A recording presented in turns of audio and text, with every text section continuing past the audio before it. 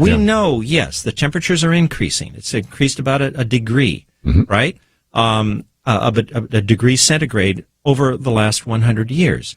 But you have to take that into context. And I know there's a lot of hysteria even coming out of the United Nations, who look at the worst case scenario and they predict somehow. Now, I was on the campus of Arizona State, Kirby, just before the end of last year. We're speaking there. And in the morning, I like to get up and I like to just walk through the campus. I pray for the kids. I pray for the night. Yeah. Yes, it's a huge campus. Yeah. And the kids were wonderful. I meet them. I talk to them. And then I came up to this kind of column with all these messages plastered on them, right? And oh my gosh, it's scary to see what these kids are thinking about and believing. There's this whole thing called Extinction Rebellion. Oh, yes. Right? You know about Extinction Rebellion. This is a very aggressive extremist group. It's become very popular among kids that really believe that the earth is going to become uninhabitable in 10 years. Well, that's just nonsense. If you know even the slightest thing about climate science, that ain't going to happen. And so there is no perspective because there's no knowledge. It's like what I got back to a moment ago. People have this strong opinion about the Bible. They have a strong opinion about science, but they know next to nothing about the Bible or about science.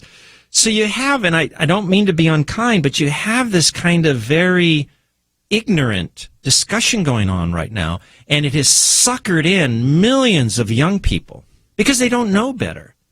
And so you now have unprecedented levels of suicide, of mental illness. Just the other day, it was announced that now these high schools are having mental days. Remember, when you and I were going to school, if we caught a cold, we'd take a day off and we were excused, right?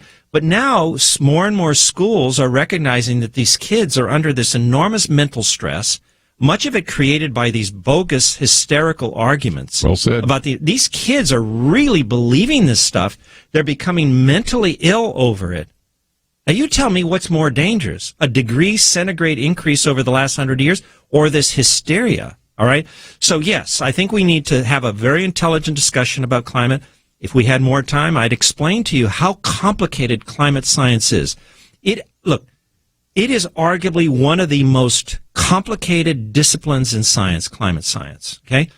It involves meteorology, it involves physics, it involves biology, because we're all interacting. We're interacting with the atmosphere. The atmosphere is reacting back to us. There are positive loops and negative loops, feedbacks of all kinds. You've got the oceans, which are thermal sinks.